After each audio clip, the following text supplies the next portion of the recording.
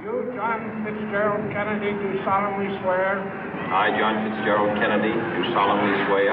That you will faithfully execute the office of President of the United States. That I will faithfully execute the office of President of the United States.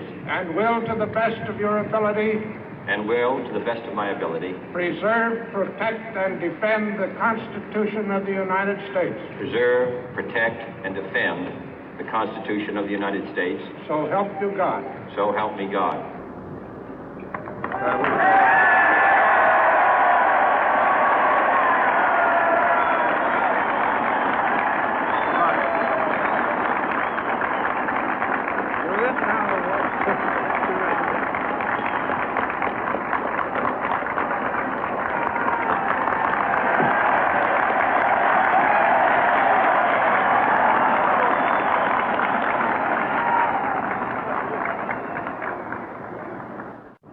Vice President Johnson, Mr. Speaker, Mr. Chief Justice, President Eisenhower, Vice President Nixon, President Truman, Reverend clergy, fellow citizens.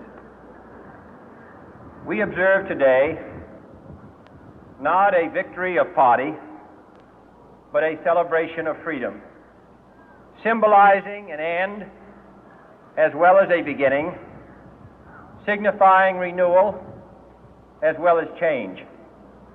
For I have sworn before you and Almighty God the same solemn oath our forebears prescribed nearly a century and 3/4 ago. The world is very different now, for man holds in his mortal hands the power to abolish all forms of human poverty and all forms of human life. And yet the same revolutionary beliefs for which our forebears fought are still at issue around the globe.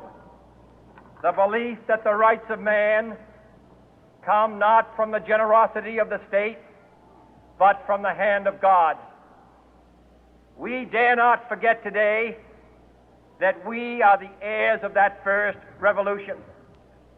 Let the word go forth from this time and place to friend and foe alike that the torch has been passed to a new generation of Americans born in this century, tempered by war, disciplined by a hard and bitter peace, proud of our ancient heritage, and unwilling to witness or permit the slow undoing of those human rights to which this nation has always been committed and to which we are committed today at home and around the world.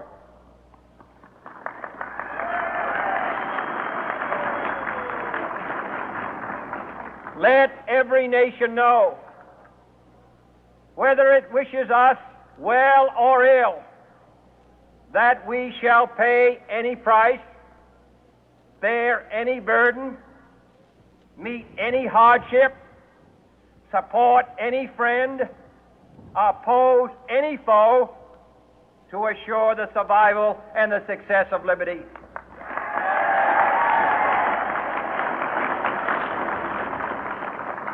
This much we pledge and more.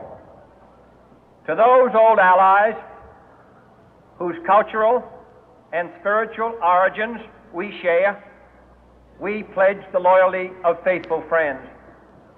United, there is little we cannot do in a host of cooperative ventures.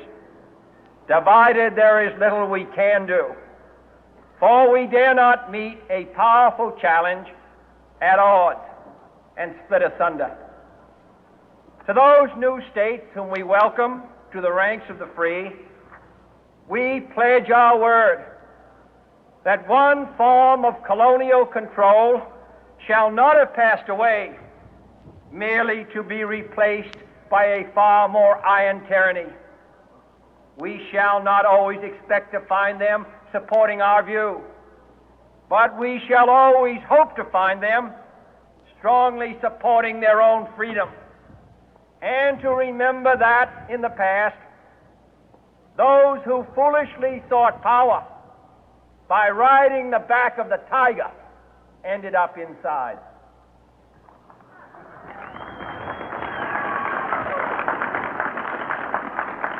To those people in the huts and villages of half the globe struggling to break the bonds of mass misery, we pledge our best efforts to help them help themselves for whatever period is required, not because the communists may be doing it, not because we seek their votes, but because it is right.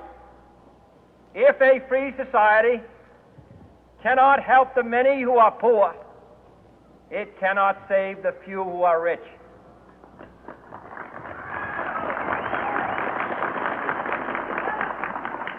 To our sister republics south of our border, we offer a special pledge to convert our good words into good deeds, in a new alliance for progress, to assist free men and free governments in casting off the chains of poverty. But this peaceful revolution of hope cannot become the prey of hostile powers. Let all our neighbors know that we shall join with them to oppose aggression or subversion anywhere in the Americas. And let every other power know that this hemisphere intends to remain the master of its own house.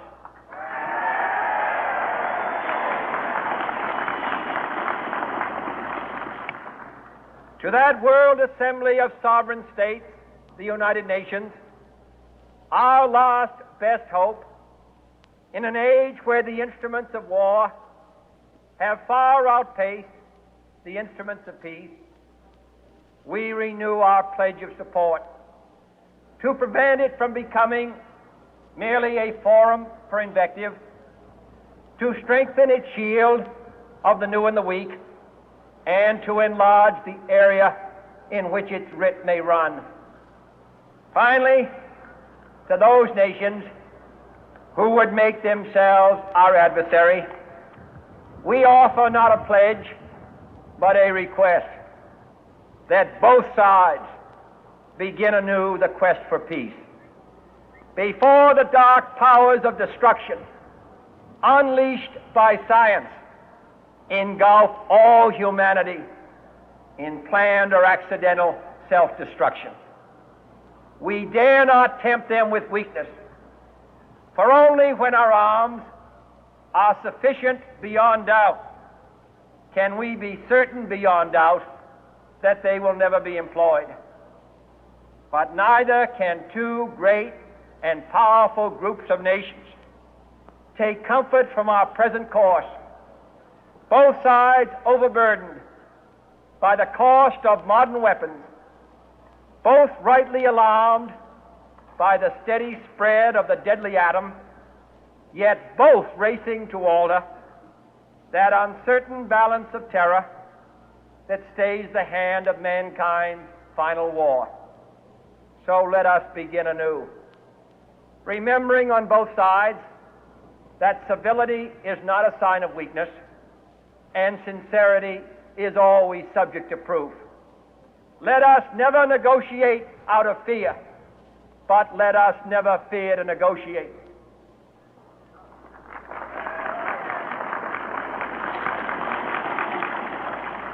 Let both sides explore what problems unite us, instead of belaboring those problems which divide us.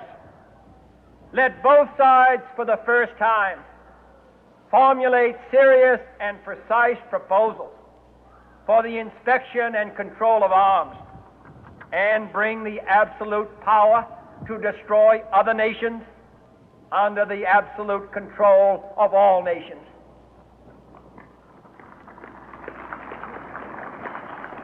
Let both sides seek to invoke the wonders of science instead of its terrors. Together, let us explore the stars, conquer the deserts, eradicate disease, tap the ocean depth, and encourage the arts and commerce. Let both sides unite to heed in all corners of the earth the command of Isaiah to undo the heavy burden and let the oppressed go free. And if a beachhead of cooperation may push back the jungle of suspicion, let both sides join in creating a new endeavor, not a new balance of power, but a new world of law, where the strong are just and the weak secure and the peace preserved. All this will not be finished in the first 100 days, nor will it be finished in the first 1,000 days.